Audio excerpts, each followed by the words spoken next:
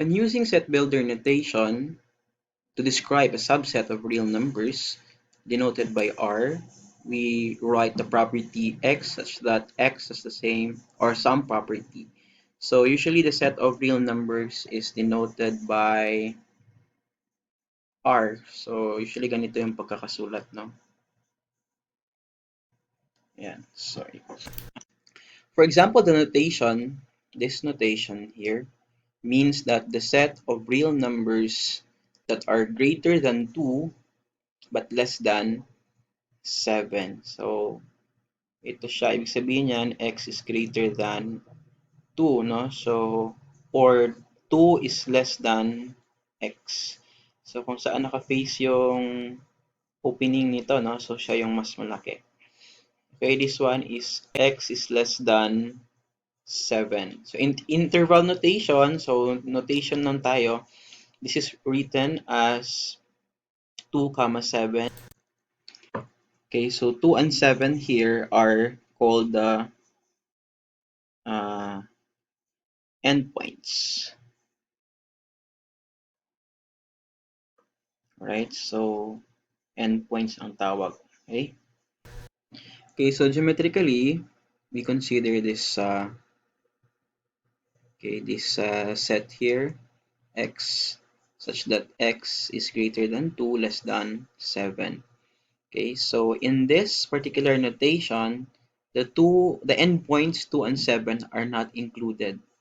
Okay, so if i-draw natin yan siya dito sa ating real number line, so 2 is not included. So usually, we put a hole in there sa 7 din. So usually, we put hole on that. Sabihin hindi siya kasali. And since these are the points in between 2 and 7, so lahat ng mga points na nasa gitna nitong 2 and 7, so these points here, lahat yan sila ay kasali doon. So except the 2 and 7. Alright, so or usually ganito din yung pagkakasulat. So parentheses, then all the points in between 2 and 7 are included. Alright?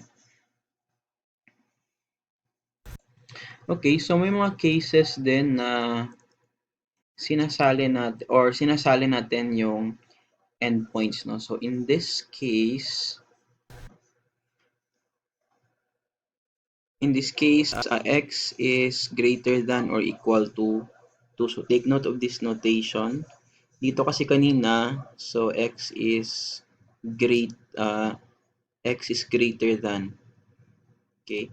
Dito naman, x is greater than or equal. So it's possible that 2 here is included. Okay? So for the interval notation, since kasali na siya, we will use bracket. Okay, so you have that. So we will use now bracket instead of parentheses for this particular notation. Now for its graph, okay, so since 2 na, kasali na si 2 dito, so we will use solid circle. Okay, for 2. Si 7 naman, hindi siya kasali, so we will use a hole there. And mark all the all points in between, okay, 2 and 7. Alright, so we have this one. So lahat yan sila are included in this set, okay? So now these are the other variations. So this one here means that 2 is not included, while the endpoint 7 is included. So we have this interval notation. We use parentheses to mean that 2 is not included, and this bracket to mean that 7 is not included. So to graph this one, Okay, so 2 is not included, so we have to draw a circle here with a hole. 7 naman is a solid, okay, because that is included.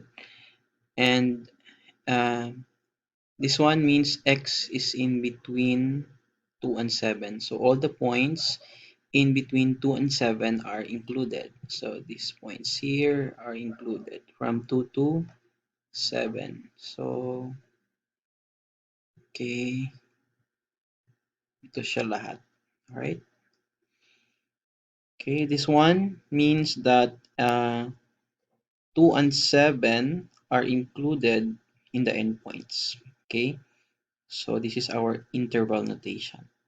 So to graph, 2 is included, right? 7 is also included. So solid circle tayo dito and all the points in between. Okay, then all of the points here in between are included, right?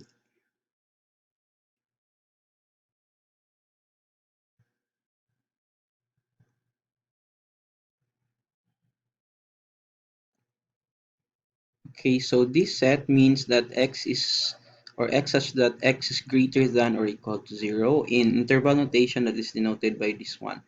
Note that our x here is greater than or equal to. So basta may mga greater than or equal to, we use this bracket.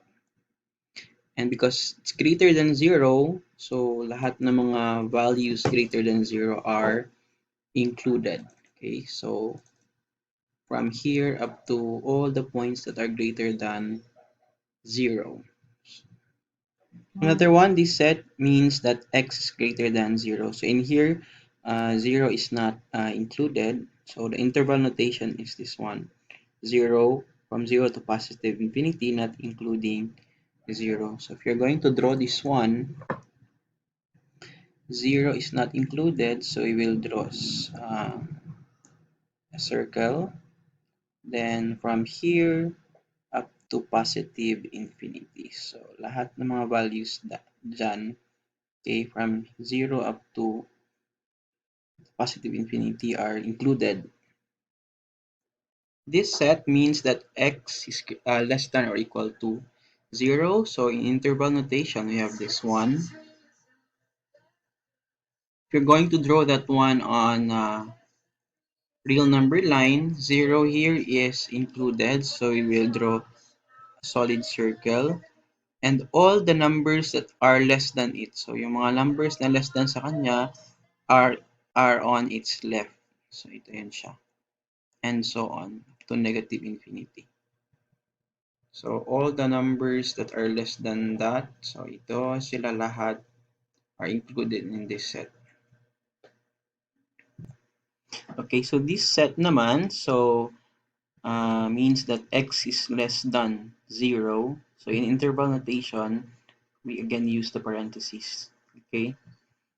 So it means that 0 is not included here. So in 0, we will use a circle here with a hole. And since these are numbers that are less than 0, so yung mga numbers na mga maliliit sa kanya. So nandito yan sila, right? So from here up to negative infinity. So lahat itong mga numbers na nandito located up to negative infinity are less than 0. So lastly, we have the set of real numbers. The set of real numbers is denoted by this interval, negative infinity to positive infinity, or that is usually denoted by this r. Okay. So these numbers are all numbers in the real number line. Greater than 0, less than 0, including the 0. So lahat ng mga numbers, no? These are the set of real numbers. And in the interval notation, that is represented by this one.